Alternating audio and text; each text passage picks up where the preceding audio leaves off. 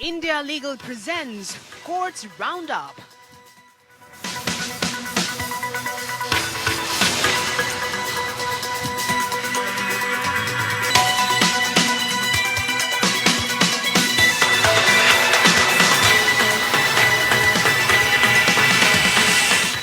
नमस्कार, आप देख रहे हैं हमारी खास पेशकश कोर्ट्स राउंडअप और मैं हूं आपके साथ वक्ता दुबे। इस बुलेटिन में अगले आधे घंटे हम आपको कोर्ट से जुड़ी तमाम छोटी बड़ी खबरों से रूबरू करवाएंगे। कोर्ट की कार्यवाही और सुप्रीम कोर्ट से लेकर हाई कोर्ट और लोअर कोर्ट्स तक के फैसलों को आपके सामने रखेंगे। लेकिन आगे बढ़ने से पहले नजर डालते हैं अब तक की हेडलाइंस पर। मणिपुर यौन उत्पीड़न मामले में केंद्र ने सुप्रीम कोर्ट में दाखिल किया हलफनामा। राज्यों की सहमति से जांच सीबीआई को सौंपी गई। केस राज्य के बाहर ट्रांसफर करने का आदेश। चार्जशीट दाखिल होने के 6 महीने के भीतर फैसले की मांग।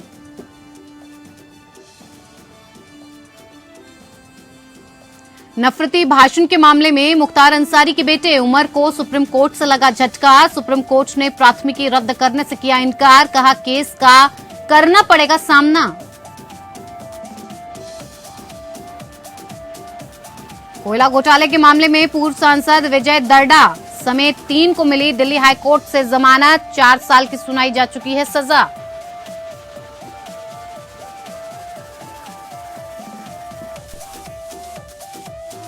कंगना रनौत को कोर्ट से बड़ा झटका। जावेद अख्तर के खिलाफ जबरन वसूली का केस खारिज। 4 और आरोप भी रद्द।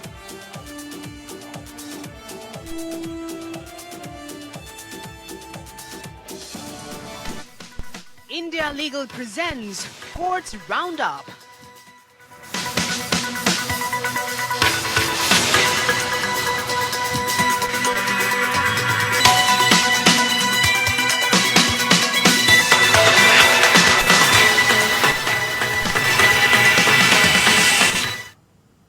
मणिपुर यौन उत्पीड़न मामले में सुनवाई से पहले गृह मंत्रालय की ओर से हलफनामा दाखिल किया गया है। केंद्र ने हलफनामा दाखिल कर कोर्ट से कहा है कि राज्य सरकार की सहमति लेकर मामले की जांच सीबीआई को ट्रांसफर कर दी गई है। मुकदमे का तेजी से निपटारा जरूरी है। साथ ही केंद्र ने अपील की है कि मुकदमा राज्य से बाहर ट्रांसफर करने का आदेश दिया जाए और सुनवाई करने वाली निचली अदालत को ये निर्देश भी दिया जाए कि चार्जशीट दाखिल होने के 6 महीने के भीतर फैसला सुनाया जाए। केंद्र के हलफनामे में कहा गया है कि पुलिस अब तक 7 आरोपियों को गिरफ्तार कर चुकी है।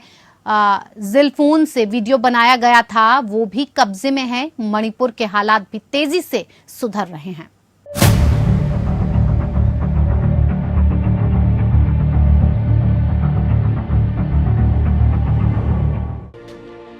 मणिपुर में महिला उत्पीड़न से जुड़े मामले में केंद्र ने सुप्रीम कोर्ट में हलफनामा दाखिल किया है। केंद्र ने बताया कि हमने मामले की जांच सीबीआई को सौंप दी है। गृह मंत्रालय ने हलफनामे में समयबद्ध तरीके से सुनवाई पूरी करने के लिए सुप्रीम कोर्ट से मामले की सुनवाई को मणिपुर से बाहर ट्रांसफर करने का आग्रह किया है। पिछले दिनों सीजेआई DY चंद्रचूड़ की अध्यक्षता वाली बेंच ने केंद्र और मणिपुर सरकार को तत्काल उचित कदम उठाने और कार्रवाई से अवगत कराने का निर्देश दिया था। अब केंद्र सरकार ने घटना के संबंध में अपना जवाब दाखिल किया है।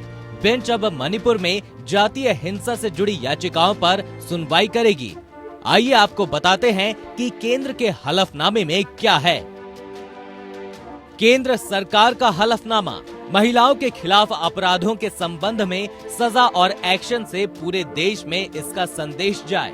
यही एक कारण है कि केंद्र ने राज्य सरकार की सहमति से जांच एक स्वतंत्र एजेंसी यानी सीबीआई को सौंपने का फैसला लिया है। मामले की सुनवाई समेत पूरे केस को मणिपुर के बाहर किसी भी राज्य में ट्रांसफर करने का आदेश दिया जाए। जांच जल्द से जल्द पूरी की जानी चाहिए। मुकदमा भी समयबद्ध तरीके से चलाया जाना चाहिए। केस में ट्रायल भी फास्ट ट्रैक में चलाया जाए, जिससे चार्जशीट दाखिल होने के 6 महीने के भीतर कार्रवाई हो सके। 7 गिरफ्तार हैं। अपराधियों की पहचान हो गई है। छापे जारी हैं। मणिपुर सरकार ने विभिन्न राहत शिविरों में मानसिक स्वास्थ्य के लिए जिला मनोवैज्ञानिक सहायता टीमों का गठन किया है। जिला कानूनी सेवा प्राधिकरण के माध्यम से पीड़ितों को कानूनी सहायता भी प्रदान की गई है। ऐसी घटनाओं की पुनरावृत्ति को रोकने के लिए सरकार ने पुलिस स्टेशनों के लिए ऐसे सभी मामलों की रिपोर्ट पुलिस महानिदेशक को देना अनिवार्य कर दिया गया है। स्थानीय पुलिस के अलावा सीएपीएफ की 124 अतिरिक्त कंपनियां और सेना असम राइफल्स की 185 टुकड़ियां वर्तमान में मणिपुर में तैनात है। एकीकृत कमान में सभी सुरक्षा बलों और नागरिक प्रशासन का प्रतिनिधित्व शामिल है। सुरक्षा सलाहकार भी तैनात किए गए हैं। मणिपुर में कर्फ्यू और अन्य कानूनों का उल्लंघन करने के लिए 13,782 लोगों को हिरासत में लिया जा चुका है। राज्य सरकार द्वारा भीड़ को इकट्ठा होने से रोकने और त्वरित कार्रवाई के लिए ड्रोन का उपयोग करके हवाई निगरानी का प्रस्ताव दिया गया है। शीर्ष अदालत मामले की सुनवाई में गृह मंत्रालय द्वारा दिए गए सुझावों और प्रस्तावों पर विचार करेगी। Bureau report.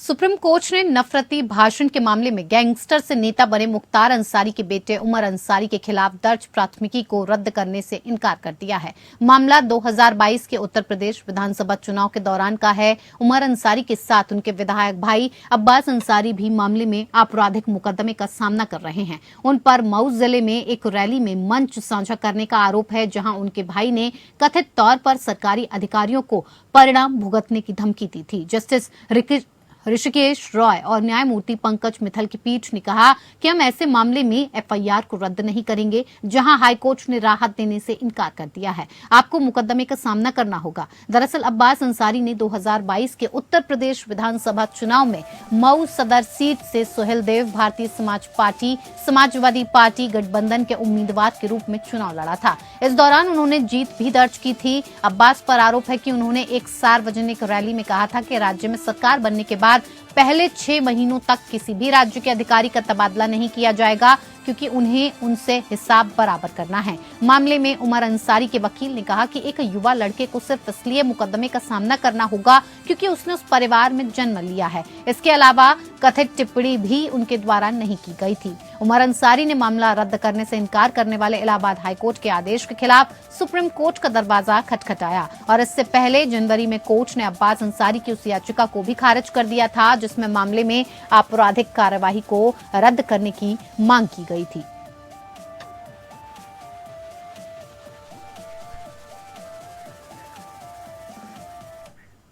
सुप्रीम कोर्ट गौरक्षकों द्वारा मुसलमानों की मॉब लिंचिंग पर चिंता जताने वाली जनहित याचिका पर सुनवाई के लिए सहमत हो गया है। कोर्ट ने केंद्र और राज्यों को नोटिस जारी किया है। जनहित याचिका में तहसीन पूनावाला केस में सुप्रीम कोर्ट के दिशा निर्देश के बावजूद जारी हिंसा पर रोक लगाने की मांग की गई है।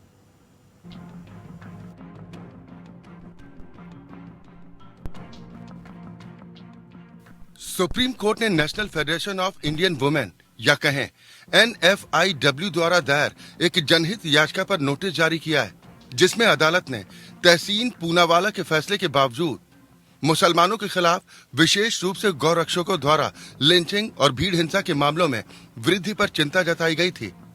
2018 के इस फैसले में शीर्ष अदालत ने लिंचिंग और भीड़ हिंसा की रोकथाम के संबंध में केंद्र और राज्य सरकारों को व्यापक दिशा निर्देश जारी किए थे। जस्टिस BR गवई और जस्टिस JB पारदीवाला की पीठ ने केंद्रीय गृह मंत्रालय और महाराष्ट्र, उड़ीसा, राजस्थान, बिहार, मध्य प्रदेश और हरियाणा राज्यों के पुलिस प्रमुखों से जवाब मांगा। मामले में NFIW की ओर से सीनियर एडवोकेट कपिल सिब्बल पेश हुए, जिन्होंने जोर देकर कहा कि सभी हाईकोर्ट के क्षेत्राधिकार का इस्तेमाल करना व्यर्थ होगा। जस्टिस गवई ने नोटिस जारी करते हुए कपिल सिब्बल से कहा, तो आपने हमारे प्रश्न को पहले ही भांप लिया। सीनियर एडवोकेट ने उत्तर दिया, पिछली बार जब आपने मुझसे हाईकोर्ट जाने के लिए कहा था तो मुझे पता था कि ये होने वाला है। National federation of Indian women ने शीर्ष अदालत से बढ़ती समस्या के समाधान के लिए तहसीन पूनावाला मामले में निष्कर्षों और निर्देशों के संदर्भ में तत्काल कार्रवाई करने के लिए संबंधित अधिकारियों को एक रिट जारी करने का आग्रह किया है। इस संबंध में याचिका के सारण और महाराष्ट्र के नासिक में गोमांस की तस्करी के संदेह में भीड़ द्वारा मुसलमानों की पीट कर हत्या की 2 हालिया घटनाओं का हवाला दिया गया है। NFIW ने प्रस्तुत किया है। पिछले 2 महीनों में हुई लिंचिंग और भीड़ हिंसा की ये घटनाएं कुछ उदाहरण हैं। याचिकाकर्ता ने कहा कि मॉब लिंचिंग और गौ रक्षकों की घटनाओं को अल्पसंख्यकों के खिलाफ झूठे प्रचार के परिणाम स्वरूप देखा जाना चाहिए, जो इन कार्यक्रमों के साथ साथ सोशल मीडिया चैनलों, समाचार चैनलों और फिल्मों के माध्यम से फैलाया जाता है। तहसीन पूनावाला दिशा लागू करने की मांग करने वाले परमादेश के लिए प्रार्थना करने के अलावा national federation of Indian women ने भी लिंचिंग पीड़ितों के लिए तत्काल राहत की मांग करते हुए मुआवजा राशि का एक हिस्सा पीड़ितों या उनके परिवार को दिए जाने की मांग की है। Bureau report, APN। Supreme court ने प्रवर्तन निदेशालय को कथित कोयला घोटाले में मनी लॉन्ड्रिंग के आरोपों के सिलसिले में तृणमूल कांग्रेस सांसद अभिषेक बनर्जी और उनकी पत्नी रुजिरा बनर्जी के खिलाफ जारी लुकआउट सर्कुलर या LOC को वापस लेने का निर्देश दिया है। जस्टिस SK कौल और जस्टिस सुधांशु धूलिया की खंडपीठ ने मेडिकल उपचार के लिए विदेश यात्रा की मांग करने वाले बनर्जी द्वारा दायर आवेदन पर यह निर्देश पारित किया है। ईडी ने कोर्ट को बताया कि याचिकाकर्ताओं को 1 सप्ताह पहले अपनी यात्रा योजना की जानकारी देने के बाद विदेश यात्रा की अनुमति दी जाएगी। पिछली सुनवाई में सुप्रीम कोर्ट ने एजेंसी से जवाब मांगा कि आवेदकों को यात्रा की इजाजत क्यों नहीं दी जानी चाहिए और क्या उनके खिलाफ कोई LOC जारी की गई है। LOC के कारण रुजिरा को 5 जून को विदेश यात्रा से एयरपोर्ट पर रोक दिया गया। ईडी की ओर से पेश additional solicitor general SV Raju ने अदालत को सूचित किया कि अभिषेक बनर्जी को पहले ही 26 जुलाई को यात्रा करने की अनुमति दी जा चुकी है। खंडपीठ ने आदेश सुनाया। आवेदन पर ASG SV राजू का कहना है कि आवेदकों को समय समय पर यात्रा करने की अनुमति दी गई। पहले से सूचना देने के बावजूद आवेदकों को हवाई अड्डे पर रोक दिया गया। ASG अपनी सामान्य निष्पक्षता में कहते हैं कि यदि याचिकाकर्ता 1 सप्ताह में सूचित करता है तो विदेश यात्रा से पहले आवश्यक आदेश जारी किए जाएंगे। किसी भी स्थिति में LOC वापस ले ली जाएगी। मुख्य याचिका में उठाया गया पहला मुद्दा ये है कि क्या ईडी याचिकाकर्ताओं को दिल्ली बुला सकता है जब विधेय अपराध कोलकाता के अधिकार क्षेत्र में है। दूसरा मुद्दा ये है कि क्या CRPC की धारा 160 के मद्देनजर किसी महिला को ईडी कार्यालय में बुलाया जा सकता है। 2022 में सुप्रीम कोर्ट ने आदेश के प्रभाव और संचालन पर रोक लगा दी और एजेंसी को दिल्ली के बजाय कोलकाता में बनर्जी से पूछताछ करने का निर्देश दिया था।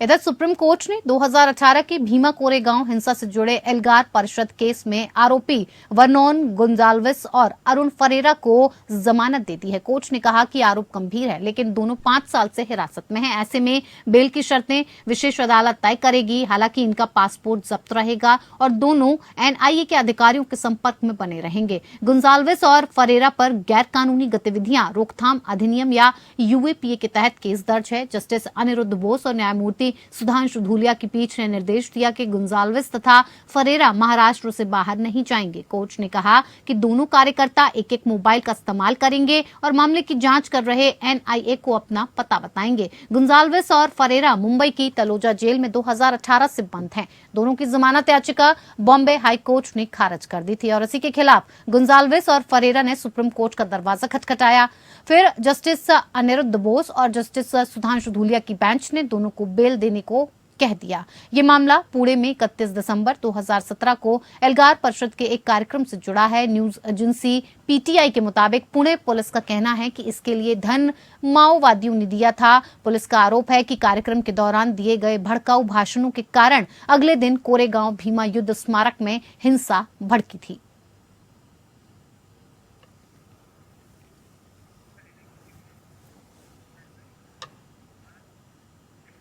भारतीय दंड संहिता के अनुसार बलात्कार पीड़िता की पहचान उजागर करना दंडनीय अपराध है। अपराधी को 228A के तहत 2 साल तक की सजा हो सकती है। आखिर क्यों? इस कानून के पीछे यही मंशा रही होगी। इंडिया लीगल के वेब रिपोर्टर आपको उसकी जानकारी देंगे।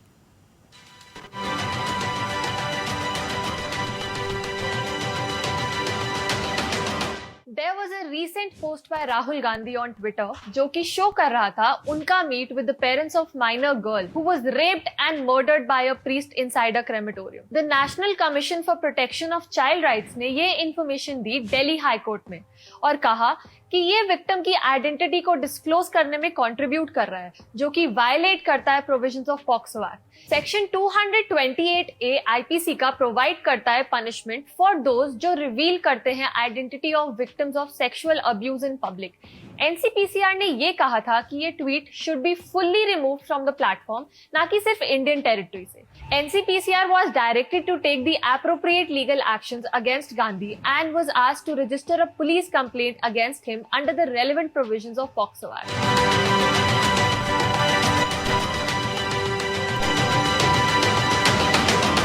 दिल्ली उच्च न्यायालय ने शुक्रवार को राज्यसभा के पूर्व सदस्य विजय दर्डा, उनके पुत्र देवेंद्र और कारोबारी मनोज कुमार जायसवाल को अंतरिम जमानत दे दी है। इन्हें छत्तीसगढ़ में कोयला ब्लॉक आवंटन में अनियमितताओं से जुड़े मामले में 4 साल कैद की सजा सुनाई गई थी। न्यायमूर्ति दिनेश कुमार शर्मा ने मामले में अपनी दोष सिद्धि और सजा के खिलाफ 3 लोगों द्वारा दायर अपील पर केंद्रीय जांच ब्यूरो को नोटिस जारी किया और उससे जवाब मांगा। अदालत ने 4 साल की कैद की सजा को निलंबित करने की दोषियों की मांग वाली याचिका पर भी सीबीआई से अपना जवाब देने को कहा है।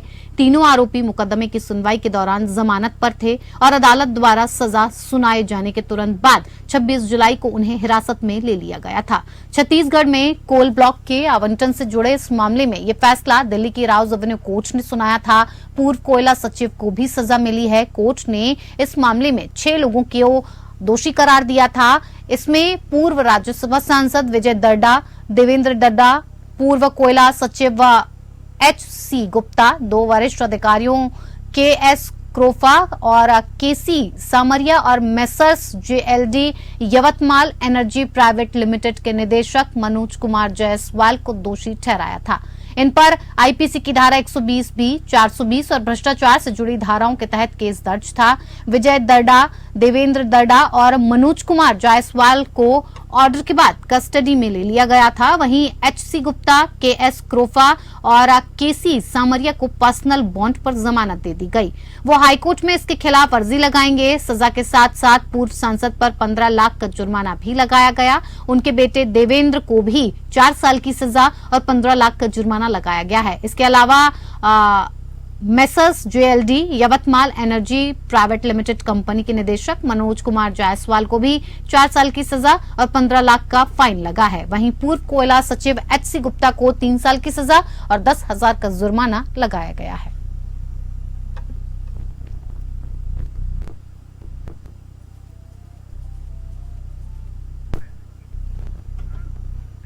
झारखंड हाईकोर्ट ने पिछले सप्ताह अप्रैल 2023 में राज्य के जमशेदपुर जिले में धार्मिक ध्वज के कथित अपमान को लेकर 2 समुदायों के सदस्यों के बीच हुई झड़पों के सिलसिले में दर्ज 42 आरोपियों को जमानत दे दी है। जस्टिस सुजीत नारायण प्रसाद और जस्टिस सुभाष चंद की खंडपीठ ने पाया कि किसी भी अपीलकर्ता को मौके पर नहीं पकड़ा गया और नामित आरोपियों और अज्ञात व्यक्तियों की जो भूमिका बताई गई वो सामान्य और सर्वव्यापी है। कोर्ट ने यह भी कहा कि इस स्तर पर यह पता नहीं लगाया जा सकता कि दोनों समुदायों के बीच हमलावर कौन था। हालांकि न्यायालय ने यह पाया कि जांच अधिकारी द्वारा एकत्र किए गए साक्ष्यों से यह स्पष्ट है हिंदू और मुस्लिम दोनों समुदायों के आरोपी एक दूसरे पर पथराव कर रहे थे, जिससे पुलिस कर्मियों को चोटें आईं और उनके वाहन भी क्षतिग्रस्त हो गए। हालांकि इसमें कहा गया कि चोट की प्रकृति गंभीर नहीं थी और चोट की कोई रिपोर्ट नहीं दी गई। घायलों की मेडिकल जांच करने के संबंध में डॉक्टर का बयान या रिकॉर्ड है। इस पृष्ठभूमि में अदालत ने अतिरिक्त सत्र न्यायाधीश द्वितीय पूर्वी सिंहभूम जमशेदपुर द्वारा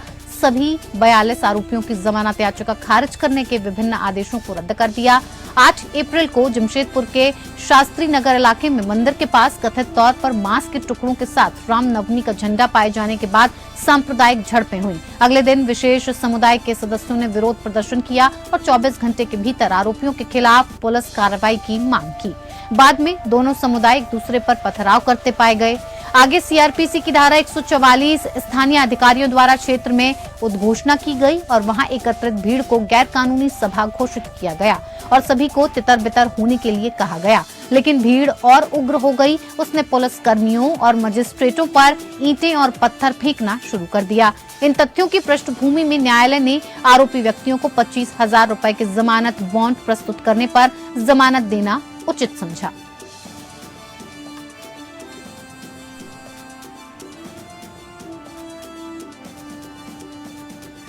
तो वहीं जावेद अख्तर संग कानूनी लड़ाई में कंगना रनौत को तगड़ा झटका लगा है। बीते दिन कोर्ट ने जावेद को समन जारी किया और 5 अगस्त को उनसे पेश होने को कहा।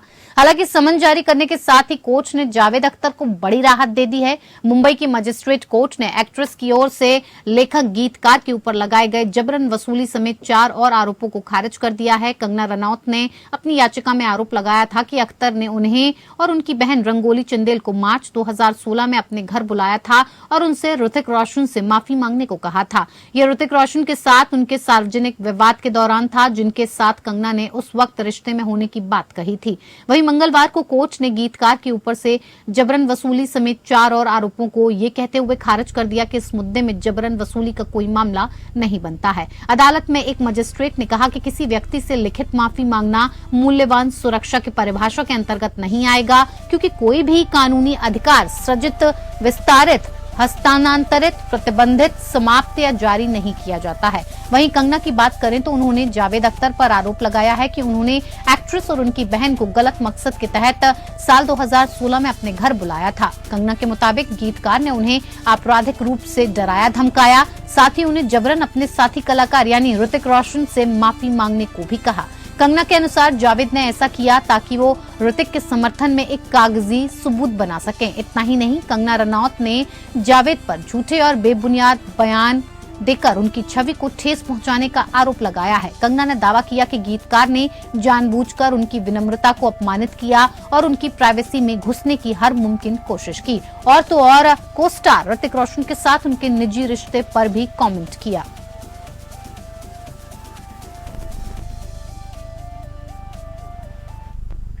कंपनी अगर कर्जदार हो जाए तो उसे दिवालिया घोषित करने के लिए क्या नियम कानून हैं, ये हम सब आपको बताएंगे।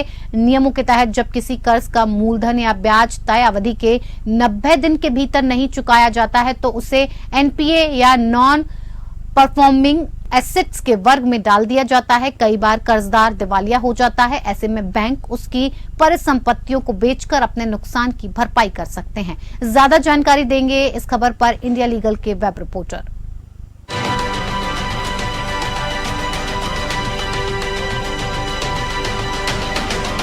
Coffee day global parent company of cafe coffee day के खिलाफ इंडसलैंड बैंक ने इंसॉल्वेंसी प्ली फाइल की, जो कि एनसीएलटी एट बैंगलोर ने एडमिट कर ली है। So now what are the rules for declaring insolvency of a company? Initiation. Insolvency process 3 लोग इनिशिएट करते हैं: फाइनेंशियल क्रेडिटर, ऑपरेशनल क्रेडिटर और कॉर्पोरेट डेटर इटसेल्फ। डिफॉल्ट, जब कॉर्पोरेट डेटर डेट पे नहीं कर पाता और वो डेट ड्यू और पेएबल हो जाता है, then it's called default of payment. NCLT is the adjudicating authority for insolvency process. Moratorium period, application की एडमिशन के बाद मोरेटोरियम पीरियड ट्रिब्यूनल डिक्लेयर करती है, जिसमें कोई लीगल एक्शन नहीं लिया जाता against the company and company के एसेट्स प्रोटेक्टेड रहते हैं। Appointment of resolution professional, committee of creditors resolution professional को अपॉइंट करती है, जो कंपनी के अफेयर्स को मैनेज करता है during the insolvency process. Corporate insolvency resolution process complete होनी चाहिए एक स्पेसिफिक टाइम पीरियड के अंदर। लिक्विडेशन, अगर रेजोल्यूशन प्लान एक टाइम के अंदर अप्रूव नहीं होता या वो कंपनी के रिवाइव करने में फेल कर जाता है, तो कंपनी को लिक्विडेट भी किया जा सकता है, मतलब कंपनी के एसेट्स बेच के क्रेडिटर्स को रीपे कर सकते हैं।